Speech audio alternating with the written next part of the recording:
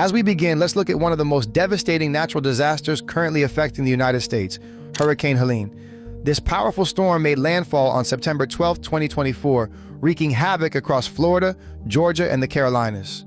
With wind speeds exceeding 150 miles per hour, Helene brought severe flooding and widespread destruction, leaving communities isolated and vulnerable. As of now, the death toll has risen to over 120 people, with hundreds still unaccounted for.